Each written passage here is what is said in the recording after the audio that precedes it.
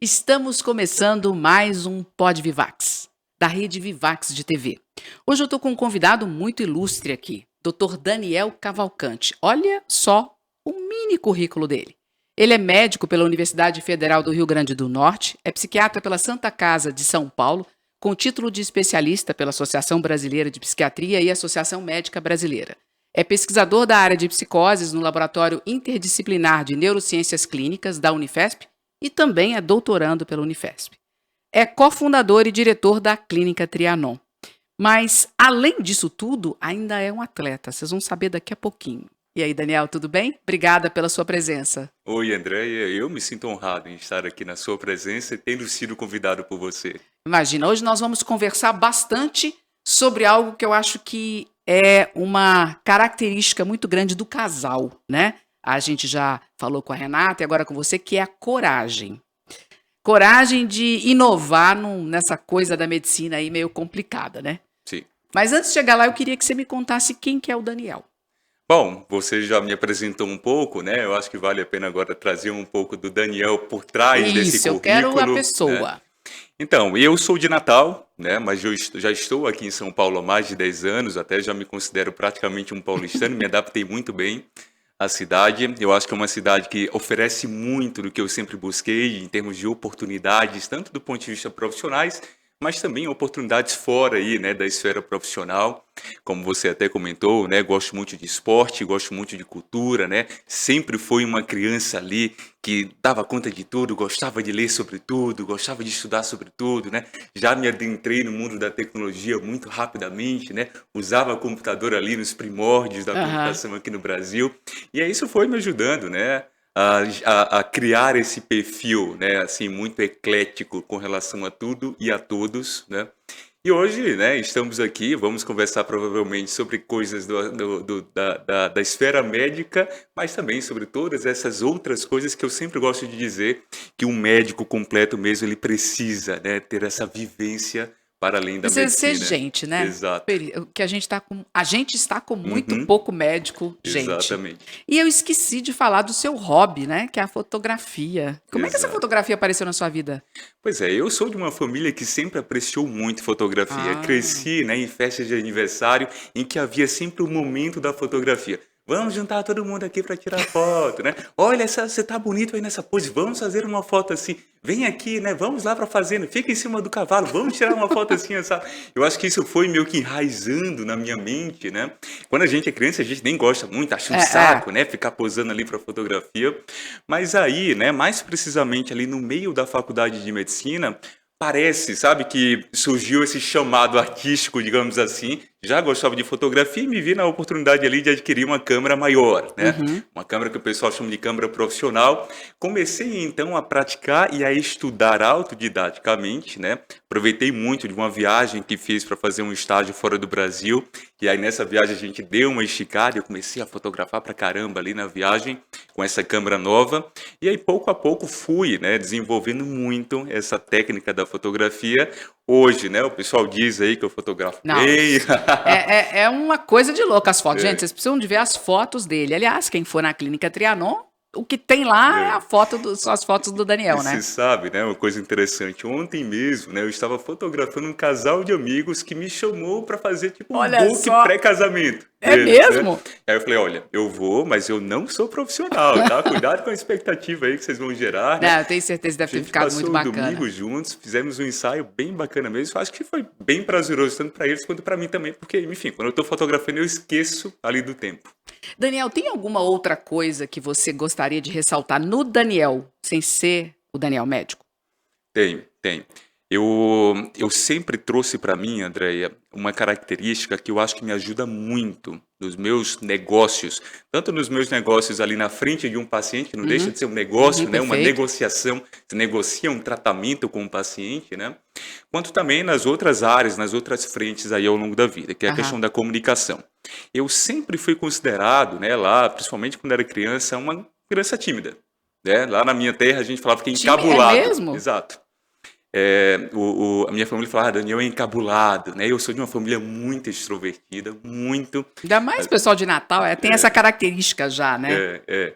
A minha família, principalmente minha família materna, é muito comunicativa, sabe? Muito expansiva.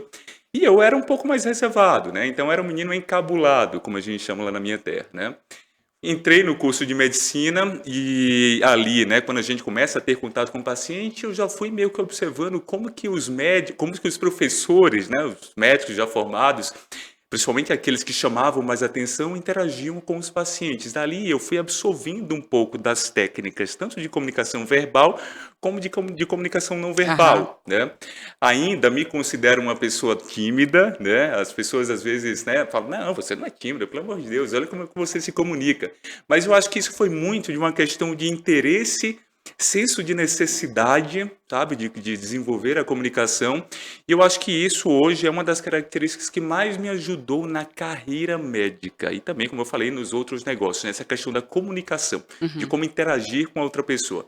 Eu acho que esse aí é um dos pilares aí do Daniel, eu posso dizer Ô, assim. Daniel, tem uma coisa interessante que você falou, quer dizer, você se interessou porque você precisou, você achou que ia acrescentar algo para o teu trabalho.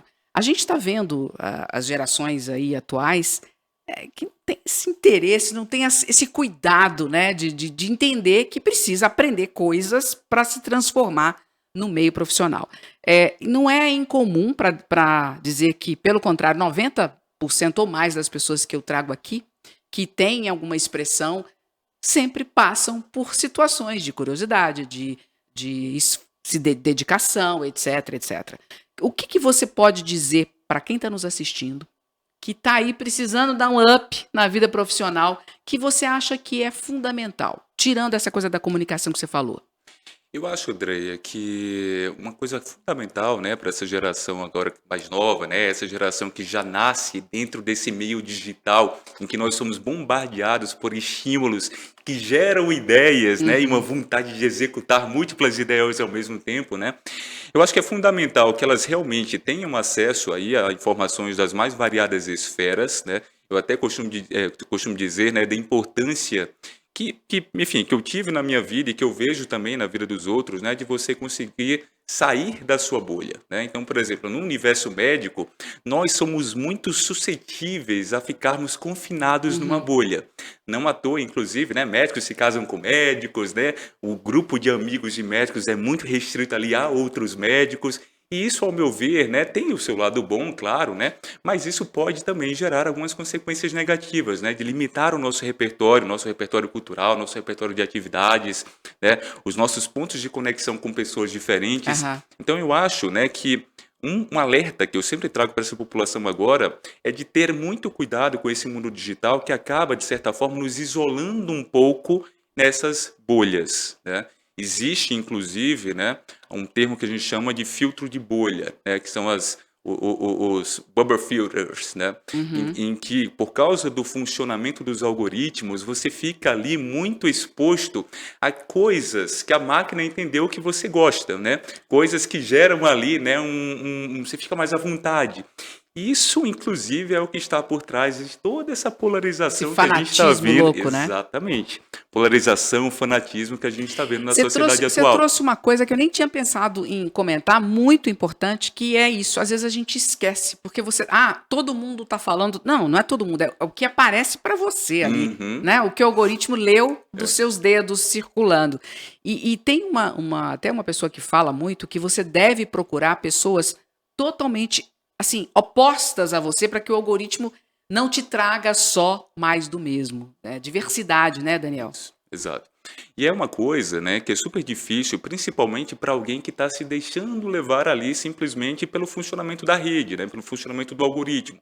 Então, aprender como funciona aquilo, ter essa crítica e essa noção das consequências que você pode ter simplesmente se deixando levar, né, pelo funcionamento ali da máquina. Estou me entretendo, né? Estou passando tempo, né? Isso, Ô, exato. Daniel, você está trazendo uma questão que é muito importante. E eu sei, a gente vai abordar, você está trabalhando muito e está dando aulas, palestras sobre esse assunto, que é a questão que vem aí do uso excessivo de rede, enfim, de conexões, etc. Mas eu queria que você comentasse com a gente no teu dia a dia, né? Como não só como médico, mas como essas outras atividades que você faz, qual está sendo a maior dificuldade que você está encontrando para as pessoas se colocarem no trabalho? A dificuldade das pessoas em relação a encontrarem ali uma posição Não, das profissional. pessoas no trabalho, como elas estão no trabalho. Entendi, tá. Olha, André, você sabe, né, que a gente tem uma clínica, né, uma clínica que já é uma clínica mais bem estabelecida, uma clínica grande, e ao longo desses últimos anos, né, a gente vivencia de perto essa questão do mercado de trabalho, não apenas da nossa parte como profissionais, como também da parte de contratar Uhum. pessoas, treinar pessoas, lidar com pessoas, pessoas de todos os tipos, né, desde pessoas com formações superiores, né, Desde os enfim. médicos, enfim, até Exato, né, as esferas mais recepções. complexas, até pessoas mais jovens que estão ali Uhum. entrando, né, buscando, quem sabe, um dia chegar ali a um nível mais superior. E uma das coisas que eu tenho observado muito, né, nas pessoas é a dificuldade para lidar com as emoções. Eu acho que a gente pode até resumir aqui em inteligência emocional, Uhum. né? Que é algo, inclusive, que marcou muito a minha adolescência. Eu li a primeira edição do Inteligência Emocional, Nossa! exato, porque o meu pai comprou na época, nem havia, né, todo esse auê, né, esse hype em torno de inteligência emocional que depois veio, né? Mas eu me lembro muito bem de eu lendo, né, enfim, a primeira edição de inteligência emocional, aquilo ali, inclusive, influenciou muito depois a minha escolha por psiquiatria. Eu vi que eu era apaixonado por comportamento humano. Aham. Então, hoje eu avalio muito, né, essas pessoas que cruzam o nosso caminho, né, incluindo os funcionários, e eu percebo que há uma carência do ponto de vista de inteligência emocional. As pessoas se frustram muito facilmente, as pessoas criam expectativas de ser alguém na vida, mas esquecem, Assim, né? exato, mas esquecem de todo o trabalho que você tem que fazer na base para conseguir lidar com o estresse que é quando você ocupa posições mais altas, Uhum. né? Então a gente vê muito na mídia hoje, né, pessoas virando celebridades muito jovens, né? Pessoas que, enfim, com 20 e poucos anos já estão ganhando milhões, seja de seguidores ou de reais. É.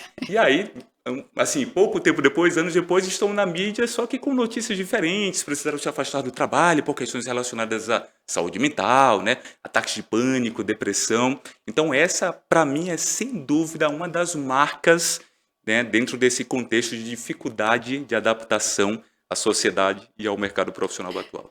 A gente tem falado muito sobre isso aqui. Você daria que tipo de conselho? Porque, assim, a gente sabe que essa juventude, e é ruim falar essa juventude, mas é a Uhum. geração dos milênios, o que Sim. seja, é, tem tudo muito fácil, né? Pega isso daqui, bota o dedo, acabou. Então, assim, a gente sabe que é uma realidade e que isso não vai mudar. Para quem está nos assistindo, ou para os pais que estão nos assistindo, o que você acha que pode ser feito para minimizar isso, para acabar com um pouquinho desse mimimi da frustração? O que você acha? Olha, Andréia, é uma missão bem complexa, tá? Porque envolve muitos fatores. Então, a gente tem fatores aí relacionados aos pais, como você bem mencionou, a criação do indivíduo ali enquanto a personalidade dele está se formando e, né, a exposição que esse indivíduo vai ter a diferentes vinhetas ali, né, na vida dele. Então, da parte da criação dos pais, é fundamental que os pais consigam diminuir, por exemplo, né, o tempo de tela das crianças, Ok. porque se você passa muito tempo na tela, isso a gente já tem, inclusive, né, estudos científicos mostrando que quanto maior o tempo de tela, maior a ocorrência de sintomas psiquiátricos, principalmente sintomas depressivos e ansiosos. Então, o tempo de tela ele precisa realmente ser uma pauta central ali dentro de uma criação de uma criança, de um adolescente, né? E também, né, ainda relacionado a esse mundo que a gente tem hoje, né, muito digitalizado, a importância de um indivíduo ter também a convivência no mundo social fora da rede, né? Para que ele tenha o olho no olho, para que ele desenvolva a capacidade de leitura emocional, né? Que, aliás, está cada vez mais Tá difícil, mais né? difícil, porque você fica ali numa leitura escrita, né, numa linguagem escrita, e comunicação é algo que envolve muitas outras nuances para realmente ser efetiva. Então, se você fica se comunicando, né, por mais que a gente tenha milhões de emojis hoje em dia, se você fica se comunicando só por meio digital, isso vai te gerar uma consequência quando você chegar no mundo real mesmo, Uhum. quando você chegar no jogo para valer mesmo. Então, no olho a olho ali, né, se você não tem essa habilidade de comunicação com todas as nuances não verbais, isso tende a gerar uma ansiedade maior, e quando você tem um nível de ansiedade maior, você tem uma tendência a se afastar daquilo, porque aquilo ali gera um desconforto, e o nosso cérebro é programado para fugir de situações desconfortáveis. Tanto que a gente vê agora na geração mais nova, né, muito desse comportamento de esquiva. Uhum. né, de inclusive procurar empregos em que eles não terão interações sociais. É o tal do home office que virou escondido dentro de casa, né? Exato, Para não exato. interagir com. Bom, e pensando nisso, né? Eu sei que a gente está falando de várias nuances, mas pensando agora em quem está no mercado de trabalho. A gente viveu a pandemia, que misturou muito isso, né? Geralmente foi a geração que estava indo para o trabalho que ficou mais prejudicada. Quer dizer, não posso falar isso, todo mundo se prejudicou de uma maneira ou de outra. Mas essa geração que começou a trabalhar pós-pandemia, meio que home office, que é um negócio meio. Como é que você está vendo os resultados disso em termos de burnout, em termos de estafa mental? Como é que você está vendo isso no seu consultório? Eu estou vendo isso de uma forma bastante preocupante, André. A gente tem tanto dados científicos quanto dados de consultório mesmo, né, que comprovam, né, o quanto que a pandemia interferiu do ponto de vista de sofrimento mental das Uhum. pessoas. Do ponto de vista de estudos científicos, a gente tem aí, né, dados mostrando que houve um aumento de pelo menos 25% na ocorrência de transtornos psiquiátricos no primeiro ano da pandemia, né? 25% já? Isso eu não 25% sabia. da Aham. Organização Mundial de Saúde, inclusive. E, né, isso considerando o primeiro ano da pandemia, né? E de lá para cá a gente percebe uma tendência crescente, Uhum. tá? Tanto do ponto de vista, né, de depressão e ansiedade, como também do ponto de De outras vista de doenças. outras doenças e outros transtornos aí, tá? A pandemia ela veio, né, trazer aí uma enxurrada de incertezas. E a incerteza é basicamente a semente principal da ansiedade, né? O quanto maior o nosso grau de incerteza, maior a tendência a nos Perfeito. sentirmos ansiosos. Então, a incerteza da pandemia, ela veio inclusive em várias camadas. Você tem a camada profissional, então você ficou ali inseguro com relação à manutenção do seu emprego, porque várias empresas tiveram que mudar o funcionamento por causa Uhum. da pandemia e todos os impactos, né? Você tem uma insegurança numa camada social, porque você passou, inclusive, a ter um receio de entrar em contatos ali, né, em meios sociais presenciais, por causa de todo o receio de se contaminar. Você teve ali uma ansiedade gerada, né, por todas as notícias negativas, né, que meio que banhavam a nossa mente ao ver, né, milhões de pessoas morrendo por causa de uma doença que se pegava assim no estalar de dedos, né? Então, assim, realmente foi um período muito difícil e mesmo hoje, né, passada já a pandemia, né, a gente ainda vê pessoas sofrendo dos resquícios que esse período aí nos trouxe. Eu já li várias vezes que nós vivemos aqui, particularmente no Brasil, o que as comunidades viveram de estresse no pós-guerra, né? Ou melhor, na guerra, não só na guerra. E que a gente tem o estresse pós-guerra. Sim. Então, pós-pandemia, quase ninguém mais fala de pandemia. Uhum. Parece que virou um tabu você falar, Sim. né? Mas do ponto de vista de transtorno mental, de transtorno emocional, isso continua muito. E você fala muito sobre ansiedade, sobre burnout. Então, assim, como é que você acha que a gente está caminhando agora, particularmente aqui no Brasil? Legal. Muito boa assim essa comparação, né, com aquele período lá, né, do pós-guerra. Nos dois períodos, a gente teve mudanças significativas no comportamento da sociedade, tá? Só que dessa vez, na pandemia do Covid-19, a gente teve mudanças muito mais aceleradas, Uhum. principalmente na questão do digital. Então, pelo fato de estarmos envolvidos em meio a um contexto onde as pessoas se contaminavam ao entrar em contato presencialmente com outras, a gente precisou acelerar muito Toda a toda a tecnologia. Uhum. tecnologia ali para que as pessoas conseguissem se conectar no meio digital. Com isso, a gente teve então uma entrada em massa das pessoas nesse mundo digital. E o nosso cérebro não evolui tão rapidamente assim. Então, por mais que o mundo evolua nesse ritmo galopante, mas os nossos neurônios, eles não conseguem acompanhar o mesmo ritmo. Qual seria, desculpa te Sim, interromper, claro. mas qual seria essa dificuldade de acompanhamento? Explica um pouquinho melhor que eu acho importante Sim. isso. A gente tem um cérebro hoje que é extremamente evoluído, que nos diferencia dos outros seres, mas a gente ainda tem um pedacinho do nosso cérebro que a gente chama de cérebro primitivo, que ainda se comporta como os outros animais. Então a gente tem manifestações comportamentais que fogem do nosso racional. Uhum. Aí vem então, né, o que acontece por trás de doenças como transtorno de ansiedade e transtorno depressivo. A gente tem, né, uma pressão maior ali no nosso sistema nervoso central que gera desequilíbrios lá, né, no funcionamento de alguns circuitos e esses curtos-circuitos acabam gerando sintomas que a gente reconhece como desproporcionais, a gente entende que, putz, não era para eu estar me sentindo assim, as coisas Perfeito. estão bem impactadas, mas a gente não consegue controlar. Porque justamente a gente está falando de uma área do cérebro que funciona de uma forma mais primitiva, funciona de uma forma mais instintiva. Então agora, com essa mudança tão drástica no funcionamento social, o nosso cérebro está meio que passando por esse período de transição.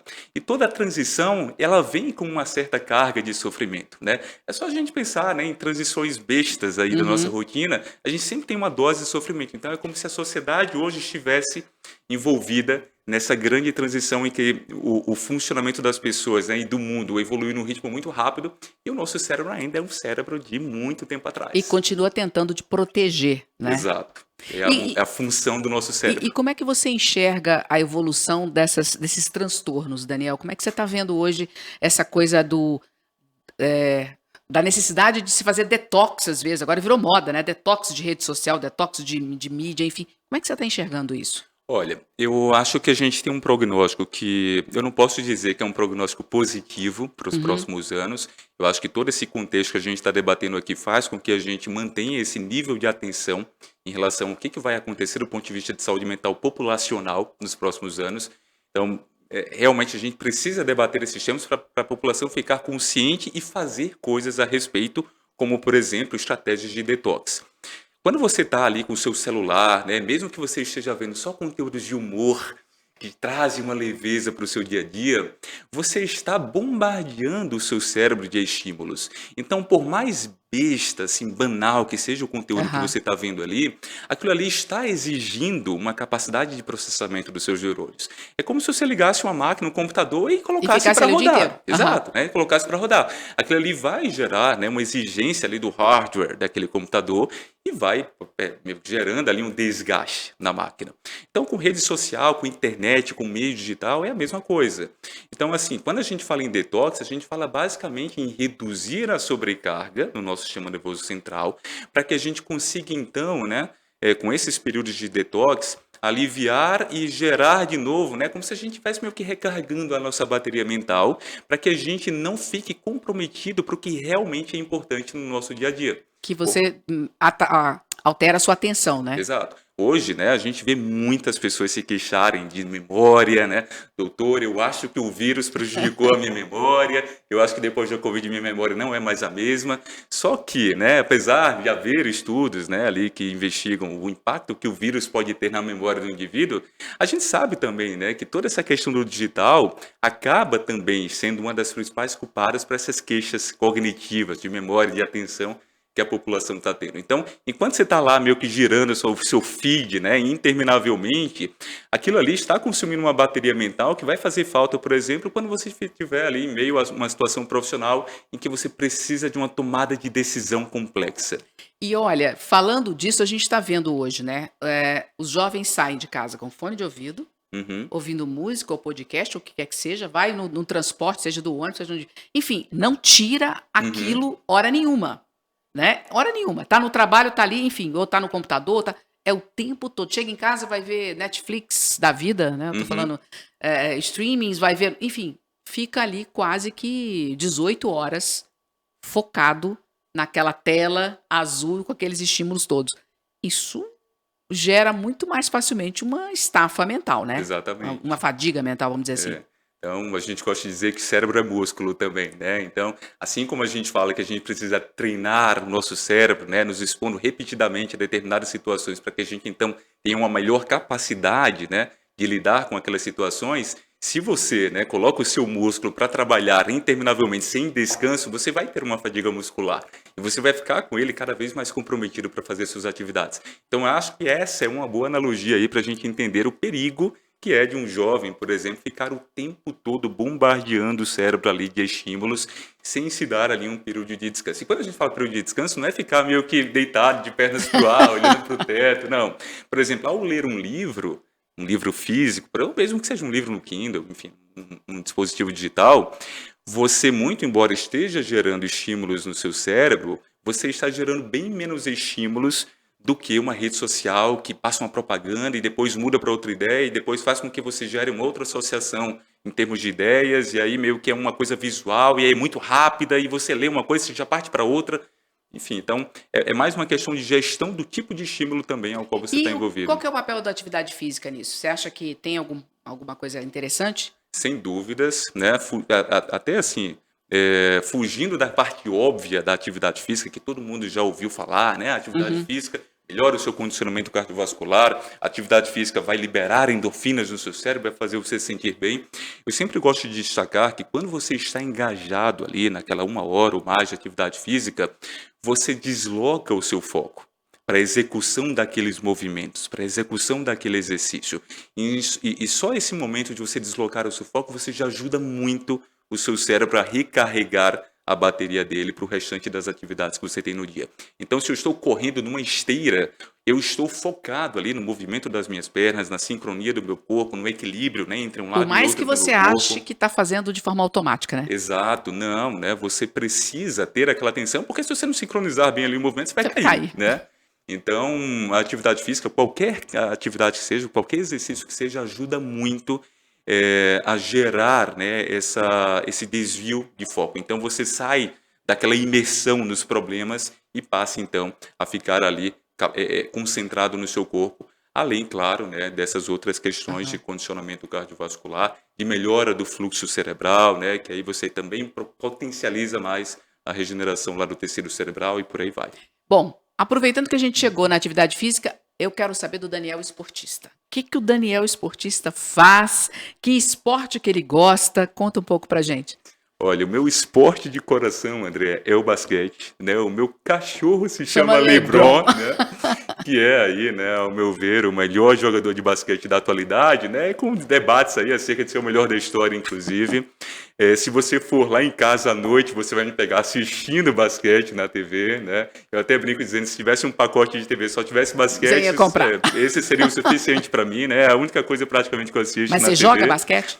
Eu atualmente não estou jogando, mas até o ano passado eu estava treinando aí, né, com o pessoal, uma turma boa aqui em Pinheiros. Mas aí eu tive que parar por questões de rotina, né? Mas esse é o meu esporte aí da vida, né? Durante a juventude joguei basquete por todos os anos. Eu digo que me aposentei no auge, né? Me Legal. aposentei ali quando estava entrando ali para a vida da medicina. Aí eu digo que eu saí por cima, né? Boa, Deixei o meu legado, boa. né? Mas ainda está aqui no meu coração. E aí depois, né, veio um outro esporte que, enfim, que eu me apaixonei, que é o esqui. Pois é, a gente conversou com a sua esposa aqui e ela comentou. E eu É, sei também que esquiar pra você é tudo, né? esquiar para mim é uma terapia, né? Ainda mais, eu sou muito visual, né? Tanto por causa da fotografia também. Então, quando eu estou esquiando, é praticamente como se estivesse vivendo um filme ali, com toda aquela paisagem ao meu redor. Então, o esqui virou aí realmente um esporte pelo qual me apaixonei. Então, sempre que podemos, a gente viaja, né? Para ter a experiência do esqui. E, né, um outro esporte aí que também marca aí, né, principalmente essa minha vida adulta, é a corrida de rua. E Uhum. aqui a gente tem uma coisa muito interessante, porque eu não gosto tanto da corrida de rua. Eu acho que é uma coisa meio que entediante, né? Porque no basquete eu tenho uma coisa muito dinâmica, pontuando o tempo todo, recompensa direto, né? Aham. No esqui eu tenho toda aquela coisa do desafio, né? E quando E eu esquio pra valer, faço ideia, eu é, imagino. mesmo. Hoje eu tenho um nível mais avançado de esqui, então me arrisco pra caramba. E aí na corrida, pô, nada acontece aqui, fica 1 hora correndo, 2 horas e tal. Mas você faz maratona também, né? Exato, mas aí, né, chegou, né, um momento em que a gente teve uma ideia de Jerico, de correr uma maratona, né? Corremos a nossa primeira maratona, que já foi, né, a principal maratona do mundo, que é a maratona de Nova York. E aquilo ali foi uma experiência incrível, porque a cidade inteira para. E você se sente como se fosse uma celebridade, sabe? Um super atleta, porque eles te apoiam ali durante a corrida, você correndo com 50 mil pessoas do mundo inteiro. Então eu passei a usar aquilo como motivação Pra para a fazer a corrida, corrida. né? Então, quando eu tô lá no treino, né, correndo, treinando 20 quilômetros, 30 quilômetros, né, eu me pergunto, meu Deus, o que é que eu tô fazendo aqui, né? 3 horas correndo sem nada acontecer, mas aí eu me lembro, né? Putz, eu estou vivendo isso aqui, eu estou me sacrificando, eu estou meio que fazendo esse esforço para poder viver aquilo, né? Você sabe que eu conversei com o Eduardo, ele fez 13 Ironmans. Uau. E aí eu falei com ele, perguntei pra ele a pergunta que eu vou te fazer aqui. Qual é a sensação da chegada? Sei. O Eduardo já deve ser um titânio man com esse currículo todo. A chegada é incrível, né? Porque você realmente coroa ali, né? Todo esse sacrifício que você fez, porque são meses e meses de treinamento para você poder correr uma maratona, né? E aí, quando você chega ali, cruza a linha de chegada, você já está pensando na próxima maratona que você vai correr, né? Então é um momento de êxtase ali, de consagração, sabe? A recompensa maior de todo aquele esforço. Até, né, depois de meses, aí você começa, putz, por que que eu fui me inscrever na maratona e tal? Aí, enfim, vira esse ciclo, né? Eu agora já estava essa semana olhando as inscrições As para a Maratona próximas. de Londres do próximo ano, que vai ser minha quarta maratona, né? E por que continuar? Qual é a sensação que te faz continuar? Porque, assim, tá, meu desafio foi correr a maratona, já corri. A maratona é a mesma quantidade em qualquer lugar. Então, o que te faz continuar? Aí a gente cai aqui naquela questão de metas, metas pessoais, de você se desafiar. Ok, Então é basicamente isso que me move a continuar correndo, a continuar imerso nesse universo das maratonas. Então lá atrás, depois de correr a primeira, que foi uma Major Marathon, né, veio então, né, a meta de completar o circuito das Major Marathon, que são as tá. 6 principais maratonas do mundo. Então, lá atrás foi determinada, né, essa meta, vamos completar as 6 principais maratonas do mundo. Então, já estou na metade do caminho, faltam as 3 de primeiro semestre. Eu acho que isso tem muito a ver com algo que a gente sempre está dizendo também, né, nas mentorias, né, quando a gente está com jovens ali, né, para estimulá-los mais, de você criar metas pessoais, para que você consiga, né, estabelecer uma rotina.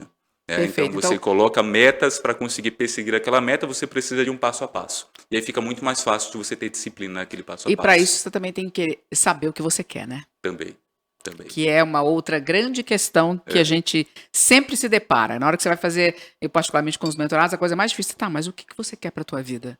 Não, assim, eu sei o que eu não quero. Não, não, não, mas o que que você quer, né? Porque o que você não quer não vai te mover, né? Vai te mover o que você quer. Daniel, vamos voltar agora para aquela fase da coragem. Eu quero conversar um pouquinho com você sobre a ideia da clínica, sobre essa coisa de vocês, entre aspas, recém-formados, apostarem no modelo de clínica particular, se manterem nisso, né, que é uma coisa totalmente o contrário de tudo, gente, que quando a gente faz medicina, que a gente ouve, não, primeiro você vai ter mais experiência, quando você tiver mais nome, aí você vai para o consultório particular. Vocês fizeram o contrário. Me conta um pouquinho o que que foi que deu esse estalo na cabeça, o que que fez vocês fazerem isso? bom, realmente foi uma iniciativa ousada, posso dizer, né, do ponto de vista de tempo de carreira que nós tínhamos. Uhum, Geralmente, os médicos chegam nesse ponto de investir mais numa estrutura maior, com um pouco mais de carreira com o que a gente tinha, até para conseguir um pouco mais de segurança e de recursos, para uhum, conseguir dar esse passo, né? Tudo começou quando, ainda na residência, eu comecei a me desafiar, né, a criar ali uma agenda de pacientes com os quais eu pudesse realmente levar uma medicina de excelência. E a medicina de excelência, ao meu ver, não era aquela medicina que levava o que há de última geração em termos de tratamento, mas sim aquela que gera no paciente a sensação de estar sendo realmente cuidado, acolhido e compreendido pelo uhum. médico. A gente, enfim, eu cresci aí nesses anos de formação médica ouvindo queixas, né, aí na mídia, das pessoas, né, nos círculos sociais, de médicos que não olhavam direito na cara do paciente, de médicos que atendiam os pacientes muito rapidamente, de médicos que não empatizavam com os pacientes. Eu acho que isso foi gerando em mim uma vontade de ser diferente, de não receber esse tipo de comentário, esse Uhum. tipo de crítica, né? Então, daí veio a ideia, né, de já investir no consultório particular. Esse investimento no consultório particular foi gerando resultados positivos. Eu vi as pessoas me procurarem, eu vi as pessoas me indicarem para outros pacientes, e eu vi ali um crescimento de agenda, né, maior do que o que a gente costuma ver em médicos ali que tinham a mesma idade, ou a mesma formação que eu. Então, essas pequenas recompensas desse início de jornada foram então gerando segurança e confiança para a Uhum. ideia, né, de montar algo maior, né? Então a gente montou o nosso espaço inicialmente, eu e a Renata, né, com duas salas de atendimento, uma sala de espera. Chamamos 2 colegas ali para dividir o espaço com a gente e vimos aquele modelo inicial de clínica, ainda focado somente em psiquiatria, dar certo, né? Uhum. Aquilo ali, né, os feedbacks que a gente foi recebendo ajudaram então a gente se sentir seguro para dar o próximo passo, e aliado a isso, André, veio uma outra coisa que foi a impressão negativa que a gente tinha quando a gente encaminhava o paciente Para para outros. outro Uhum. profissional, né? Um paciente que precisava de uma assistência do endocrinologista, do cardiologista, do gastro, e aí a gente viu o paciente voltar, enfim, com uma conduta que a gente não gostava tanto, uma conduta que a gente considerava que estava fora ali do padrão de cuidado que a gente estava dando para o paciente. Então, que tal a gente montar um time, né, de profissionais de outras especialidades que a gente confie, né? Surgiu então o embrião da Clínica Trianon, né? Vamos mudar para um espaço maior, vamos chamar colegas de outras especialidades que atendam, seguindo mais ou menos essa filosofia de cuidado que a gente tem, esse padrão de atendimento que a gente tem, para que então a gente consiga fornecer para os nossos pacientes um cuidado em saúde para além da saúde mental.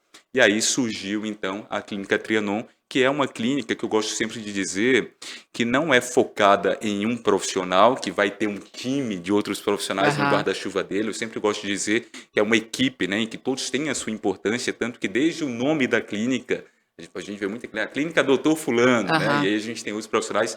Desde a nomeação da clínica, a gente teve esse cuidado para não trazer para nenhum profissional específico, para ser realmente uma coisa integrada do time. E a questão também, né, de que é uma clínica que funciona de forma verdadeiramente integrada e não apenas um coworking médico, que a gente tem visto muito crescer. Então, eu acho muito interessante eu pedir para você também comentar um pouco, porque não é, igual a gente fala, uma clínica onde eu junto especialidades, mas é uma clínica onde vocês têm uma filosofia de trabalho, que essa filosofia não só é exigida, como vocês treinam os Uhum, profissionais, né? E fala um pouquinho dessa filosofia, porque eu acho que ela tem tudo a ver com quem você é, com quem a Renata é e com o que a gente precisa hoje, né? sim. Enfim. Eu gosto sempre de dizer, Andréia, que um paciente, quando chega no médico, ele traz consigo uma queixa. Só que aquela queixa, ela foi trazida e formulada na mente daquele paciente de acordo com o conhecimento de um leigo. Uhum. E para um médico, com toda a bagagem de estudo, não faz sentido ele simplesmente se concentrar no que é verbalizado como queixa pelo paciente. Então, se chega um paciente, por exemplo, e se queixa de uma dor de cabeça, não cabe ao médico simplesmente se concentrar somente Uma naquela dor de cabeça. queixa e medicar somente aquela queixa. Ele precisa entender qual o contexto em torno daquela queixa. Muitas vezes há um problema bem maior, além da dor de cabeça verbalizada pelo paciente, só que o paciente não conseguiu fazer essa leitura. Então cabe ao médico, né, com toda a formação e expertise dele, fazer isso. Daí, né, vem essa filosofia que a gente prega na clínica, né, de olhar o paciente como um todo, né, de olhar para além da queixa, de você conseguir, né, adentrar no contexto de vida do paciente, no que está, no que está causando aquilo, por que que o paciente vem recorrendo com aquele problema. E aí, né, para isso você precisa de atenção, você precisa de tempo, você precisa de uma consulta ali que dê a possibilidade do paciente realmente se manifestar e do médico, né, fazer perguntas ali que vão além da mera queixa que o paciente traz. Como é que você lida ali, desculpa te interromper, Uhum, como é que você lida com médicos que chegam lá e que não têm, assim, por mais que às vezes na conversa, no recrutamento, vamos dizer assim, você acha que bate, mas que no dia a dia não tem a filosofia que vocês têm. Por que que eu estou falando isso? Gente, a gente não está aqui, eu não estou aqui querendo ensinar ninguém a montar clínica de médico, não é isso.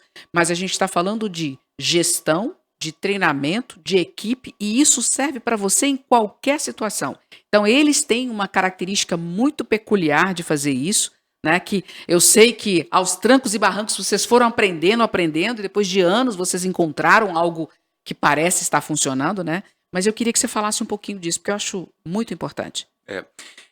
Como nós não somos um esquema de coworking, André, então a gente já começa o filtro daí, porque no esquema de coworking, que está crescendo muito aqui em São Paulo, o médico ele acha ali aquela clínica, aquele espaço de atendimento, É chega, aluga entra em horário. contato com o comercial, ó, quero um espaço aí, né, quero um horário aí. A gente já filtra aí, né? Então, uma das primeiras coisas que a gente fala justamente é essa, ó, nós não somos um coworking. Então, quando chega para a gente a indicação de um médico ali que está com interesse em atender na clínica, a gente já vai dar uma pesquisada em quem é aquele médico, como que aquele médico tem se posicionado nas redes sociais, por exemplo, que tipo de conteúdo ele tem debatido e como ele está debatendo, porque você sabe, a gente tem, né, Aham. médicos aí com, enfim, alguns comportamentos questionáveis, né, que a gente não aprova tanto. Vou te interromper, desculpa, Sim, de novo, ó. Olha o que que ele falou, médico olhando rede social de médico. Então você fica atento, porque não tem um recrutador hoje que não vai olhar a tua rede social antes de te contratar. exato. Desculpa Isso te já interromper. é uma triagem importantíssima. Depois a gente chama esse profissional para conversar. E aí nessa conversa a gente basicamente apresenta para ele qual que é a nossa filosofia de trabalho, como que a gente costuma trabalhar, o que que a gente valoriza ali naquele nosso espaço. E claro, né, questões técnicas aí Uhum. relacionadas à parceria de trabalho, né? A partir dali, a gente já fez uma conexão com aquele médico, né, que já nos dá bastante segurança de quem é aquela pessoa e como que aquela pessoa vai trabalhar. Tanto que, assim, quase 100% das vezes a gente é bem sucedido, sabe, Aham. nesse recrutamento do profissional. Já aconteceu, por exemplo, e a gente deixar alguns profissionais em banho-maria, e a gente já nessas etapas iniciais, a gente vê que não tem o perfil da clínica, e, enfim, nem dá prosseguimento, a gente nem chega a chamar. Geralmente, quando a gente chama, a gente já tem ali já um Aham. grau de confiança mais Já fizeram elevado. a pesquisa, né? Exato, né? E ali eu acho que a partir daquela conversa, né, inicial, o médico ele já vai meio que ajustando a mentalidade dele para realmente se sintonizar com a nossa mentalidade, né? E aí, claro, com toda a experiência, os trancos e barrancos que você mencionou, a gente foi aprimorando também esse nosso feeling, né, esse nosso tato em relação a essa escolha dos profissionais, né, e em relação ao treinamento, porque também não para por aí. A gente tem encontros ali periódicos com todos o time para justamente imprimir essa cultura, né, essa cultura organizacional, né? Cultura de equipe também, Uhum, né? exato. Esse é um outro ponto importante que a gente não vê muito, né? E eu tô falando de novo de qualquer negócio, que é você ter que manter este contato e ficar o tempo todo reforçando a cultura da empresa, ou a cultura de quem está ali gerindo, né? Exato, Como é exato. que as pessoas se comportam depois de um ano? Esses encontros continuam sendo. Eles continuam indo a esses encontros? Como é que vocês conseguem manter isso acontecendo? A gente tem reuniões mensais e a gente está sempre reforçando que a reunião, muito embora ela tenha um tema, né, geralmente um tema de saúde que seja do interesse ali de todos, uma atualização, etc., ela tem, né, como uma das principais finalidades essa interação entre os profissionais, para que os profissionais se conheçam, para que os profissionais tenham confiança uns nos outros, né, para que o paciente circule entre os profissionais, né, e quando a gente percebe, né, que um colega ali estava desviando um pouco do que a gente espera, ou que ele não está se desenvolvendo como a gente esperava que ele se desenvolvesse, aí a gente entra então numa esfera mais individual, né, sempre com muito cuidado ali, meio que de trazer o médico para nossa vivência mais próxima, né, ir para jantar e tal, Aham. para que a gente consiga, né, se conectar melhor com ele e ter insights de por quê, sabe, que ele está desviando um pouco, por que que ele está travando um pouco, quais são as barreiras ali, né, que estão atrapalhando o desenvolvimento dele e o encaixe dele, né, naquela estrutura. Mas, em geral, como eu falei, a gente tem sido bem sucedido, ainda bem, né, E nessa com estratégia de relação. mantê-los bem Isso. E alinhados. com relação ao seu time, você envolve o seu time também nesses encontros ou esses encontros são focados para os médicos? Você faz encontros separados? Como que você traz a cultura para o seu time? O staff de O apoio ali, staff, né, os não exatamente. médicos, É. né? Sim, a gente faz também encontros periódicos com o staff de apoio, tanto do ponto de vista de reuniões para discutir questões ali relacionadas ao dia a dia de trabalho, como também reuniões temáticas. Por exemplo, recentemente a gente fez um treinamento de vendas, né? Então a Uhum. gente trouxe uma perspectiva diferente ali em termos de vendas, né? A perspectiva do ponto de vista de conexão pessoa a pessoa, né? Com toda a bagagem que a gente tem aí, né, de comportamento humano e claro com técnicas que a gente, né, desenvolveu e estudou ao longo dessa vivência como gestores também. Esses profissionais, né, como eu falei mais cedo aqui na nossa conversa, são profissionais que requerem um cuidado a mais, né? Uhum. São profissionais que são difíceis de recrutar. A gente tem uma série de desafios hoje no Brasil para recrutar pessoas, né, que atendam aos critérios de qualidade que a gente imprime, né, para a gente deixar o serviço funcionando direitinho. Então, depois, né, eu sempre digo que a primeira venda que eles fizeram, né, foi quando eles apresentaram, Apresentar. né, o currículo e eles mesmos para a gente, né? No treinamento eu até falei isso, ó. Todos nós vendemos o tempo todo e a primeira venda que vocês fizeram aqui foi quando vocês fizeram a entrevista de vocês e foram selecionados, né? Só que a gente precisa manter um treinamento contínuo.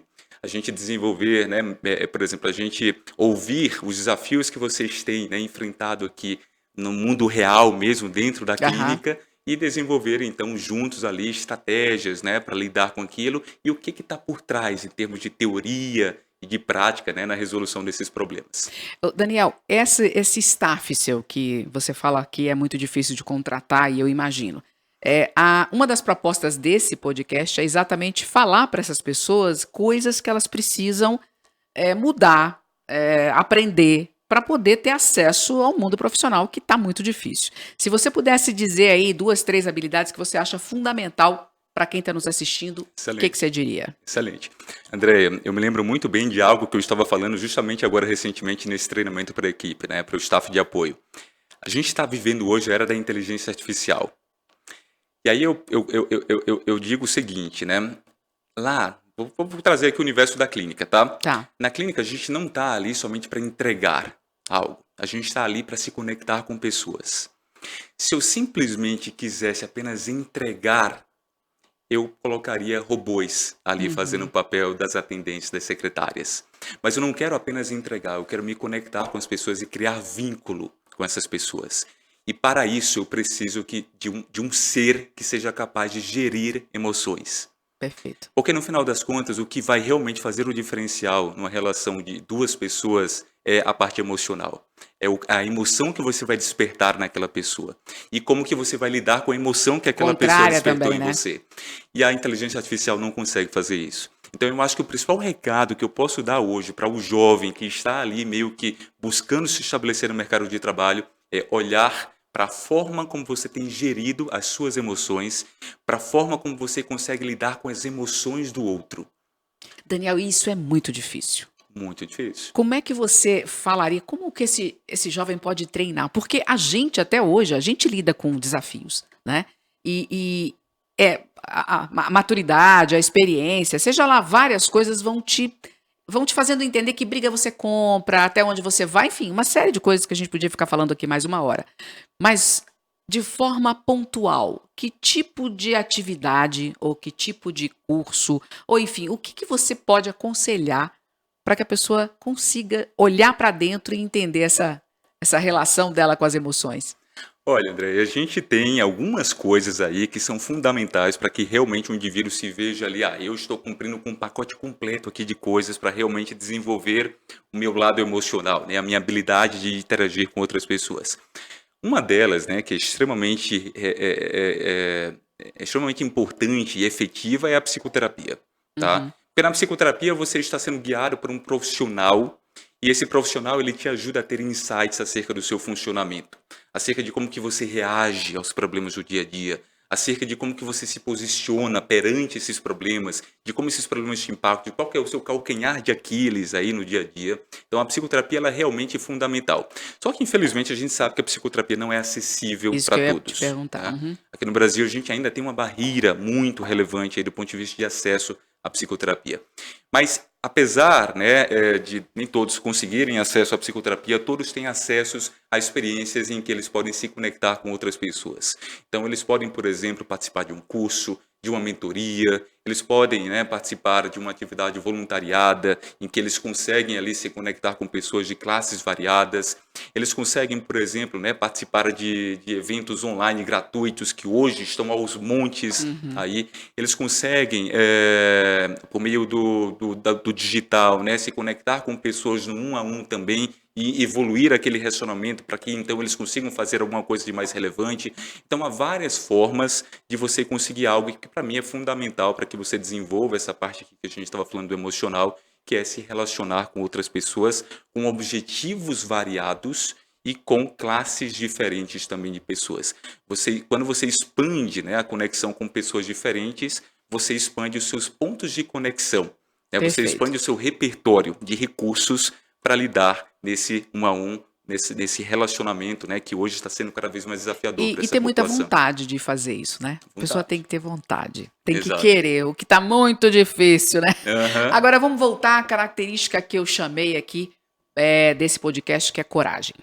Né? A coragem de vocês em inovar, a coragem de vocês de criar esse negócio, a coragem de continuar insistindo apesar de todos os perrengues, porque, gente, ter negócio não é fácil, ainda mais um negócio desse tipo, né? A coragem de você no esqui, a sua coragem e da Renata na questão das maratonas. Como que você define isso que a gente está chamando de coragem? Coragem de decidir e ir para ação. Como é que você acha que a gente pode trazer isso para quem está nos assistindo? Andréia, eu acho que a coragem ela é resultado do grau de confiança que você tem no que você está fazendo. Então, por exemplo, quando eu me arrisco na montanha, no esqui, eu me arrisco pela confiança que eu tenho na técnica que eu desenvolvi. Aquilo ali, né, me dá segurança para ir em frente e descer ali aquela descida mais íngreme em meio às árvores, por exemplo. Tá. Porque eu desenvolvi técnicas que me dão segurança para aquilo. Então, na jornada do empreendedorismo, a gente desenvolveu muitas técnicas e a gente desenvolveu todo um ambiente que nos dá segurança de que realmente a gente está fazendo algo que é diferenciado, algo que é capaz de gerar resultado para a gente. Às vezes esse resultado ele pode acabar não vindo no mesmo ritmo que a gente espera. Às vezes a gente faz um cálculo esperando que a gente vai receber ali um retorno, né, dentro de X tempo, e no final das contas a gente recebe um retorno dentro de 2x tempo. Mas a confiança que a gente tem, né, nos dá forças para continuar. Eu acho que a coragem, né, do ponto de vista assim, de empreendedorismo, vem muito disso, né, do domínio, do quanto que você investiu para realmente ter aquela técnica e do quanto que você consegue absorver o aprendizado das quedas. Então, cada Perfeito. queda, né, nos traz ali um novo aprendizado que nos coloca numa posição reflexiva. Por que que a gente caiu? O que que a gente errou? Ajusta aquilo dali e vamos em frente agora. E agora sim nós estamos melhores do que antes de cair. E você falou uma coisa que eu acho super interessante, a questão da capacidade de reflexão, né? Porque você pode cometer alguns enganos, né? Você pode errar em algumas questões, mas não adianta nada se você não refletir. Eu costumo dizer também que a gente também precisa refletir sobre o sucesso. Porque o sucesso é um péssimo professor, né? Às vezes a gente, olha pra mim, tudo certo, já tive sucesso e você vai tomar um tombo, é ótimo, né? Vai sofrer um tombo lá na frente muito pior. Então eu também gosto de dizer que, olha, teve sucesso? Analisa onde você teve sucesso, qual foi o elemento que te deu aquela virada para você, então, otimizar aquilo para que você tenha mais sucesso. Às vezes as pessoas ficam muito focadas no fracasso, né? No erro, o que for. E o latino tem como característica ficar muito, ó céus, ó vida, nossa, porque eu não dou para isso. Né? É muito diferente dos outros povos, mas o latino tem muito essa coisa da vitimização. Como é que você sai dessa não ficar se vitimizando? Como é que você vai para frente? O É. que te move? O que você faz? O sucesso, André, inclusive é algo que eu tenho abordado muito num projeto novo que a gente tem direcionado para médicos, né, para falar sobre carreira. E ao longo desses últimos anos eu mudei muito a minha concepção de sucesso. Eu acho que eu fui, né, até tempos atrás, um jovem que via o sucesso de uma forma como a maioria costuma ver, né, relacionada ali a bens tangíveis, né, questões materiais, e às vezes até bens intangíveis, mas que precisam do material, né? Esquiar 5 vezes por ano, por exemplo? Exato, né? Mas quando a gente vai evoluindo e vai adquirindo novas responsabilidades, a gente vê que tudo tem um preço. E que às vezes, né, quando você está ali na busca por aquele sucesso que você inicialmente concebeu, você acaba pagando um preço muito alto, a ponto de às vezes faltar até energia para você, quando porventura chegue ao sucesso, você não conseguir mais realmente curtir, desfrutar daquilo. Então hoje eu vejo o sucesso muito como satisfação, né? Eu acho que quando a gente fala em sucesso profissional, a gente fala no indivíduo que está num grau alto de satisfação com o que ele está fazendo e com a recompensa que ele está tendo. E isso vai variar muito de pessoa para pessoa. Então, algumas pessoas elas chegarão ao sucesso profissional, né, com bem menos ganhos do que outras pessoas. Mas ali elas estão satisfeitas, elas conseguem cumprir, preencher as lacunas, né, da vida que geram prazer para elas. Mas hoje tem sido muito desafiador a gente ter essa leitura, né? Uhum. Eu não digo que se eu voltasse no tempo, eu meio que teria uma trajetória diferente, porque a gente nunca sabe, né, os estímulos que a gente vai ter, né? Mas hoje o jovem, ele está muito exposto, né, no meio digital, a uma visualização de sucesso, né, com bens tangíveis ali, de viagens, de carros, de casas, né? Bolsas. Exato, bolsas, né, itens de luxo É. e pessoas vendendo isso na internet, né? Olha aqui, né, como faturar mais, né? Olha como eu fiz para faturar 1 milhão em 7 dias, né? Olha como eu fiz aqui para faturar tantos dígitos em tantos dias. E a rede social, ela traz isso tudo numa superficialidade que realmente é sedutora, né? É Putz, tão olha, fácil, né? Puxa, exato. se eu conseguir, por que você não vai conseguir? Aquele indivíduo é parecido comigo, É, né? E ele está fazendo o que ele conseguiu aquilo ali em poucos dias e que ele pode me ensinar, né? E aí a gente acaba muitas vezes, né, entrando nisso e entregando muito de nós, né, durante essa jornada, para que no final das contas talvez a gente nem realmente consiga essa satisfação toda, sabe? Com perfeito. tudo aquilo que a gente dedicou. Então eu acho que é muito disso de você olhar para si e se perguntar, né? Qual que é o grau de satisfação que você almeja para a sua vida, né? Então, e não qual que é o grau de conquistas materiais que você almeja. O que eu estou disposto a pagar, né? Qual é o Exato. preço que eu estou disposto a pagar? Daniel, muito obrigada. Foi maravilhoso ter você aqui, né? Ser além de uma pessoa que eu admiro muito, um amigo. Obrigada por ter aceito o convite. E a gente termina por aqui mais um Pod Vivax. E como sempre eu falo com vocês, eu sou Andréia Loures Vale e a nossa intenção aqui é ajudar você a acelerar os seus resultados. Até o próximo.